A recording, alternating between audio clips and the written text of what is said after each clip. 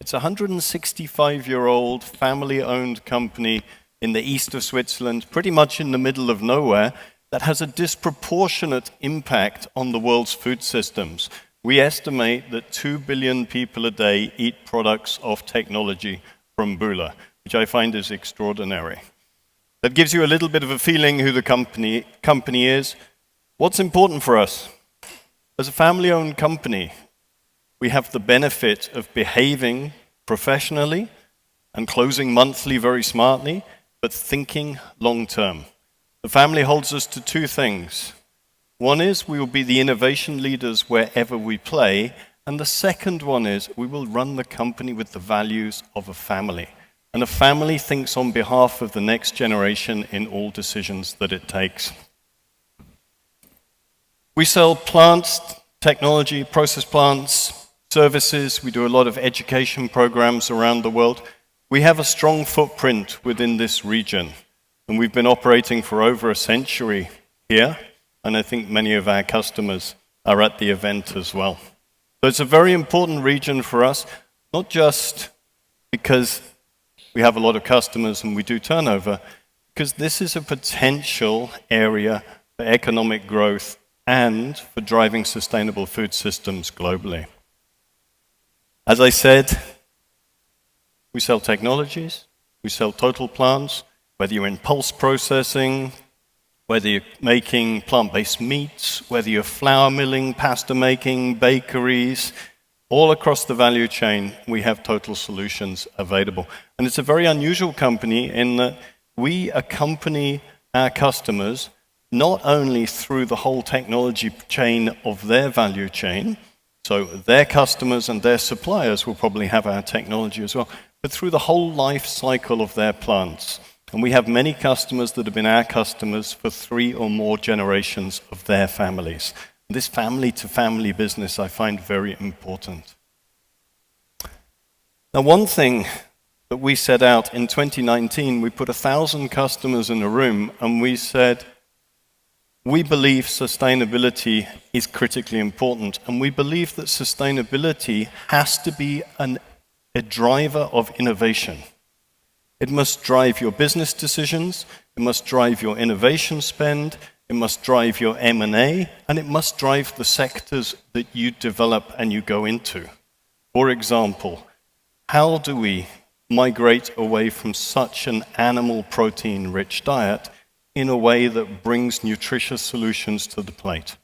I think I picked up on the end of the comment about pulses, so we move into pulse processing very, very strongly. So we made a promise in 2019, and we said, by 2025, we will have solutions available that reduce energy consumption, waste generation, and water use in your value chains by 50%. Now, let's be clear, that's a bold promise, because I'm not going to pretend we had any idea how to do it when we made the commitment, but we knew if we didn't make the commitment, there was no way that we were going to achieve it. We then spent the subsequent 6 years, we analyzed all the key value chains where we play, and we quantified the impact that we could have, not only through our technologies, but by building strategic partnerships up and downstream to enable our customers to drop their carbon footprint. And in 11 of those 15 value chains, we hit 50% on at least one parameter. Now, why is that important? Obviously, it's not good enough, right? We can get very excited and say we hit 35% on one thing on all of them. It's a fantastic start. But the journey has to continue. But if we hadn't set very aggressive targets, we would not have transformed how we behave and what we do. And one of the things that we said very, very clearly is no company can do this alone. And you have to drive a strong ecosystem for collaboration. And that ecosystem of collaboration has to go beyond academic partnerships. Academic partnerships are tremendously important. But then you need to look at startups. You need to look at venture capital. You have to look at accelerator programs around the world. You have to look at the integration that you can have with big companies who understand how to manage global supply chains. Because impact, when you make a promise, impact is about scale. impact is not about doing something small at a couple of tons a year. Impact is how do I improve the nutrition for 1 billion people? That's impact. And so these scaling companies are critically important in any partnerships that you build. So we've been extremely committed to doing this and learning how to do it because we made such an aggressive statement and a target. We've built a global network of training and R&D centers. And here we interface with our customers. You have to have a global network if you're in food because food is local. Taste is local. Crops are local. Traditions are local. And unfortunately, food has to taste great. I love the idea of smuggling pulses in everywhere, but there's a limit to how much you can change the flavor. So you have to get in as much as you can without getting consumers to reject. And I think it's so important. It's so important. Food must taste great, so you have to be local. Now, when we built all of this up, we said, we need to be true to the value of learning to partner. So in Singapore, we built a joint innovation center with Givaudan. Now there's a publicly listed flavor company and a family-owned technology company co-serving customers. What was the best thing? We learned how to partner. It's not straightforward. It's not evident. And I was going to pick up a couple of things that we've done which are very much in the context of the story of how do we build a food cluster and an ecosystem. In fact, I'm going to pick 3 examples. The first one is a place called Mista. So Mista was created by Givaudan, not by Bühler. It was created by Givaudan. And the concept was brilliant. It was to say, look, Palo Alto, San Francisco, this is a rich hotbed of innovation and startups. But not everybody wants to put a footprint down there because it's expensive. What if we built a co-innovation center where partners can join, get access to all the startups and the ecosystem in San Francisco, can also serve your customers, you can do events, we have conferences, and create a lens into a vibrant ecosystem. Because the problem with San Francisco is the promises are like this. And the reality is here. But the fear of missing out is the same level as the promise. So you have to be there, you have to see it, because of 20 things you see, one of them will change your company and will change the food system. And this partnership is amazing. And one of the reasons it's amazing is, if you look along the top row there, if you're a startup, one of those companies could be the answer to you becoming no longer a startup, a scale-up, and a sustainable company with power. And so that aggregation of partners drives the attractiveness in a way that no single partner could do. The next one is an example from Switzerland. In 2014, we started looking at how do we really drive the food startup ecosystem in Europe, not just in Switzerland. This was pre the European Union's approaches. And we went around the world, and I visited Boston, and I went to Mass Challenge, and I said, this is amazing. 128 startups in a room, collaborating, partnering, taught by 300 volunteers, and helping them to compete for $1 million prize. When these guys if they got to the last 10, the VCs didn't even do due diligence. They just invested, because the program was such a good selector. So with a few friends, I said, hey, what if we bring this to Europe? Can you imagine how many jobs we could create and the economic impact that we could bring? And that's been our journey. You know, there's 2 schools of thought on accelerators. One is you have to have one in every village to give everyone a chance. Our thinking was, if we created the best one for food, would everybody come? Now, over 2016, we were the worst startup in the room. I'll be very, very honest. The startups taught us how to accelerate them.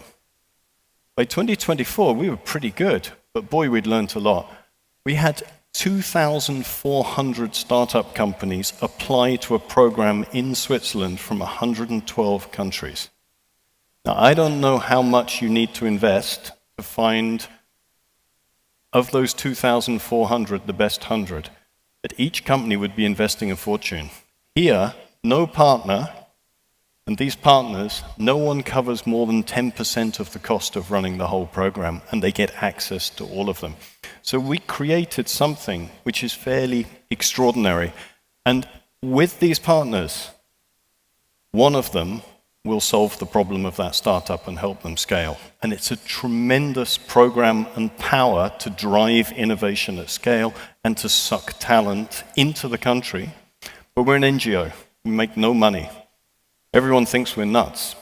We said we will be the rising tide that lifts all boats. The beauty of that is, if I'm a good startup, why on earth would I give you 5% of my equity to find out if you're any use to me? So we said the worst thing that happens to a startup that comes to our program is they leave smarter, better connected, and with a higher chance of success. The impact's quite interesting. This is outdated. We estimate that our startups have directly employed our startups. The startups for whom we played a small part in their journey have directly employed over 10,000 people. And if you look at the multiplier, that's about 50,000 jobs created. If I heard the target this morning for the food cluster, did I hear 20,000 jobs? I think that was the idea, wasn't it? So I think it's quite comparable. Now, once we have these capabilities and we build up these things in the ecosystem, particularly in Switzerland, we said, how do we leverage the power of all of these things without compromising the value of the individual components? And that was when Nestlé stepped up and they said, look, we think Switzerland should be a powerhouse for food innovation. And we think the recipes for that innovation are really the collaboration of multiple partners across value chains, bringing in startups, attracting VCs, lobbying and driving regulatory change to make innovation easier in the food space, because there's no escaping it.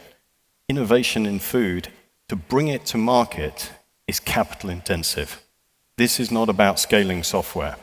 It's really capital intensive, and you need to spend time, and so much of it must rely on partnerships with big companies who know how to do it. And we said we want to attract the best companies in the world to join some of the best companies in the world in the Swiss Food and Nutrition Valley.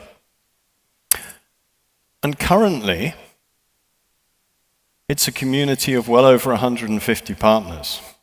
And I would say realistically, all of them benefit, 30 of them are very active. And this drives a lot of change. And this means that we can attract to Switzerland more talent, more startups, cooler companies, scientists. Get a lot of scientists out of the US at the moment. It's very attractive, Switzerland, suddenly. And all of this means that we are top of mind when the world's food system and food scientists, etc., think about where to apply their skills or build their companies. The beauty of Switzerland, and I think there's a similarity as well here, it's the perfect pilot plant for innovation. You have a tech-savvy, receptive marketplace where price elasticity almost doesn't exist for new stuff. It's amazing. So you can test things at small scale that are not cost efficient before you understand how to scale them and move them outside. And I thought it was just valuable to talk just a few takeouts, and some of them it's simple motherhood and apple pie. It's blindingly obvious. But start fast, core, committed, aligned stakeholders. Don't start with all the guys who compete with each other day to day, because they don't want to play with each other anyway. Start along the value chain where you can innovate together to make the value chain more efficient. That's our overarching 50% reduction. You have to play in value chains. Be fast and not perfect. Learn how to run good experiments and run them fast and take the learnings. Build on proven elements. We see too many ecosystems where they reinvent everything. Steel. I stole Mass Challenge from Boston, but boy did I localize it, because what's in the US does not transplant well into Europe. But 25% of it, the passion, the energy, the salesmanship, the over-promising that annoy us and impress us in equal measure. When you marry that with the rigor of European tech scene, then that becomes interesting. So you localize what you take. I think we need to be really good at letting the people that are really good at the different elements get on with what they do. Educators are good at educating. This is great. VCs finance. Corporates scale. That's what we're very, very good at, is scaling things. So let's all play our role. And let's get entrepreneurs to help entrepreneurs, because they all speak the same language. And I always respect someone who's done it before and learned. I think it's very important. The value chain is important. Connect globally, build locally. Cannot have ecosystems in isolation. Switzerland is super connected to the EU, but the non-EU. You know? So when we play UK, US, fantastic ecosystem links. And be market and purpose driven, or access to market. And the purpose, for me, is more important than uniting the people. Mass Challenge, we said, we will be the most climate-friendly accelerator in the world. Every startup that applies has to go through a complete analysis, a sustainability analysis of their activities and their strategy. I thought, this is terrible, we're going to lose applicants. We doubled the number of applicants when we did it, and we suddenly became globally relevant. And that was what I wanted to share with you. Thank you very much for your attention. My time is up.